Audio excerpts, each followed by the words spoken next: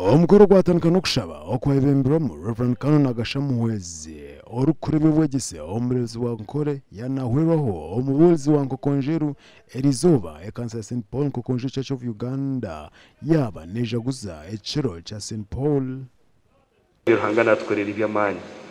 twakutunga omugishango gambe byawe byakora bizemu ninga kuwa ko timid de coward otakubasa kubugamba ko kandi burungi ahabo kuba ko kubugamba behereza abandamani kumanyangu hine buruhanga atambiri bayokoramo umurimo okurundana sente okumarira ekanseji twaro mu kishogo wo kusima batwazo kombeka ekanseji kandi izoberi twansima bwekiro kikuru cha St Paul rukwera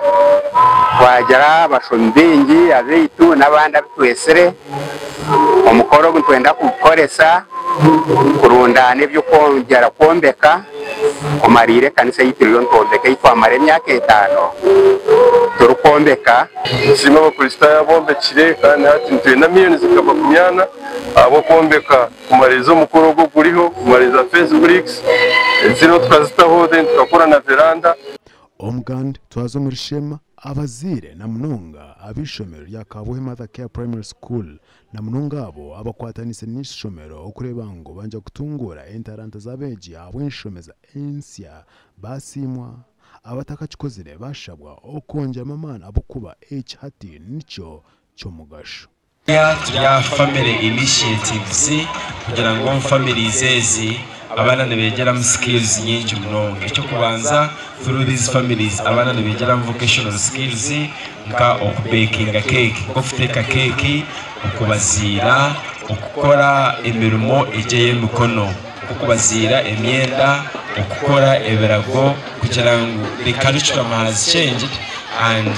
in secondary school what is now important nebe meye mukono so itweka Kabuhe Mother Care kandi twatandikire abana n'abakora kimwe nabwo nikizobera turiyaha aho kugira ngo turiyaha family initiatives kandi abana barumva bakora emirimo itari yemwe nemwe kukosa amaguru gabo bakakoze se mukono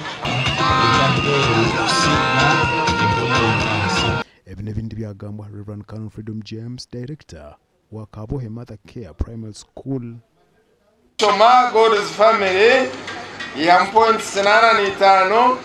kandi yakwatomanya gwa katano mzero mungaro Blessed family yakwatomanya gwigana shatuna yakwata point 69 kandi yakwata umwanya gwo kubanza kugira ngo no kudrilinga umwana omukarasi